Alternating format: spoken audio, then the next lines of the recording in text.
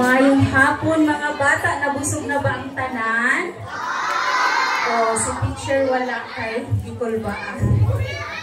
Dito, first time ako. So, gusto ba mo mamina og story? Okay, so pangutanong tamo karon. Unsa man ang inyong idea sa atong story karon? Base sa inyong nakita diri sa atubangan. Unsa? Lion o ilaga. Oh, very good kaayo. Nakabati na ba mo ani nga story? Okay, so karon akong ipakita sa inyo kung unsa ang nahitabo sa kalasangan kang lion o kang ilaga. Okay, kinsa nakakita na og lion? Isog ba si lion? Oo, isog kaayo. Si Bato, unsa man ang ilaga, unsa man siya? Kit-kit ba siya mga sina? Gigit-kit ang inyong mga sina sa balay? Okay, so ready na mo maminaw? Okay, so ay ready naman mo na minaw, busog na mo, zip ang mouth. Di ko gusto nga na ako'y pabati ang tingog. Kaya di ko mo padayon sa story. Nakasabot? Okay, ikis ang tiil o ni Ma'am Angie pa. Ikis ang tiil. Okay, let's start.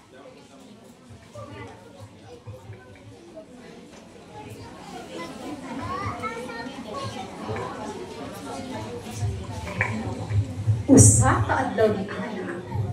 Dito sa kabukiran, ana ay ilaga og layon. Habang naglakaw-lakaw ang liyon sa kakbatan, sa kakahuyan, gikapoy siya. So gusto niyang matulog o musilong sa dakong kahoy.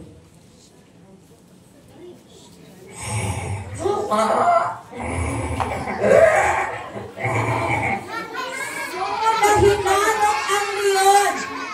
Nahinanok ang leon. O katulog. Samtang nahinanok ang leon sa iyang paglatod. Di ko mo padayon. Kaya wak mo ning atras. Atras gamay. Atras.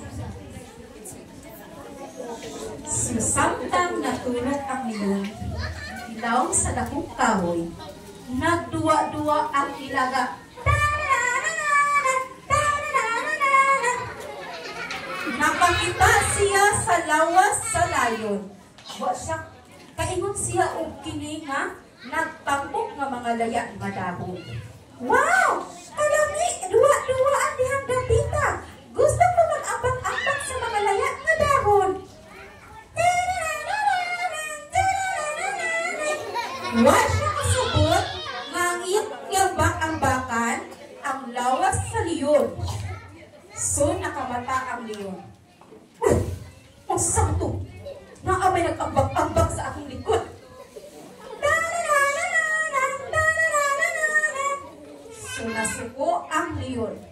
Natambak-ambak ang leon aron mahulog ang ilaga sa iyang likod.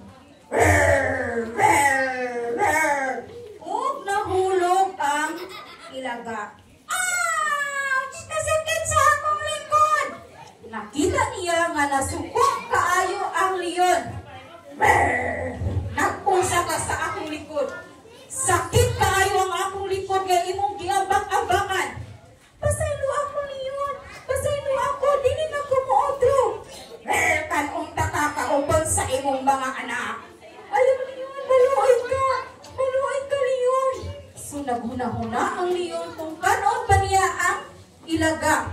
Apan, sa kagamay sa ilaga, hiling siyang mabusog. So iya kining gipasaylo gipalayas. Lakaw, layas sa akong atubangan. Ayaw na pagbalik kaysa sunod. Ano na kanako? So nagdagan og paningguro ang ilaga.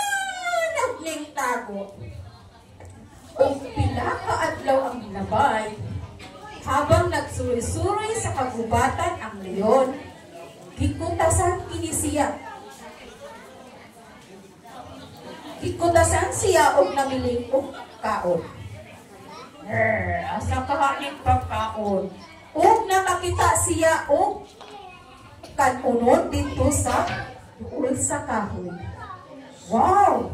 Kalami anak kanon. Gusto ko mukaon da anak. Ako pagkaon.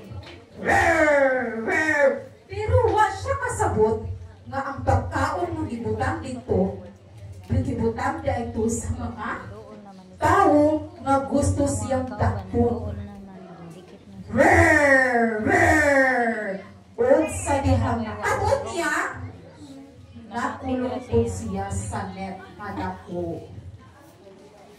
Oh my God! Tabang! Tabang! Tabangin ko! Nag-ambak-ambak siya kay Aaron. Matanggal niya ang net na nakabutang sa iyang lawas. Apan, wala niya ikininatanggal bisan ugkusgan siya. Maayo na lang gani, kay nagsuroy-suroy ang ilaga kauban sa iyang mga anak.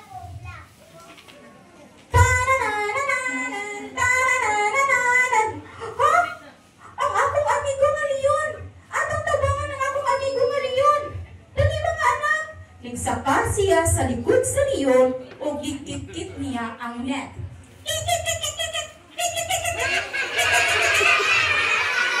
Dili kaya sa inay na ilaga, mong iyang kitawag iyang mga anak. Mga anak, tabangin ko ninyo! Atong tabangan ang Leon! Atong gitgitol ang net!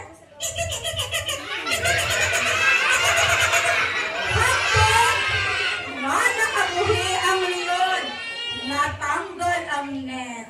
O dito, nagpasalamat si Leon sa ilaga. Daghan kayong salamat ilaga sa imong tabang. Ingon ang ilaga, salamat po kay wala ko nimo kauna. Daghang salamat o pasaylo ako. Ito ang atong story. Unya, unsa may inyong nasabtan sa atong story? Mga bata, sukat ni ato, permi nang mag-uban si ilaga o si Leon. Paminaw. O mas milawong ang ilang paghinigugmaay.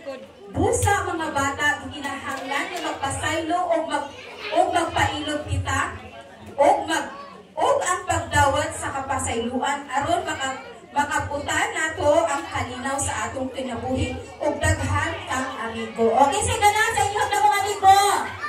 Okay, so dapat kabauta magpasaylo sa atong isig katawo nakasabot.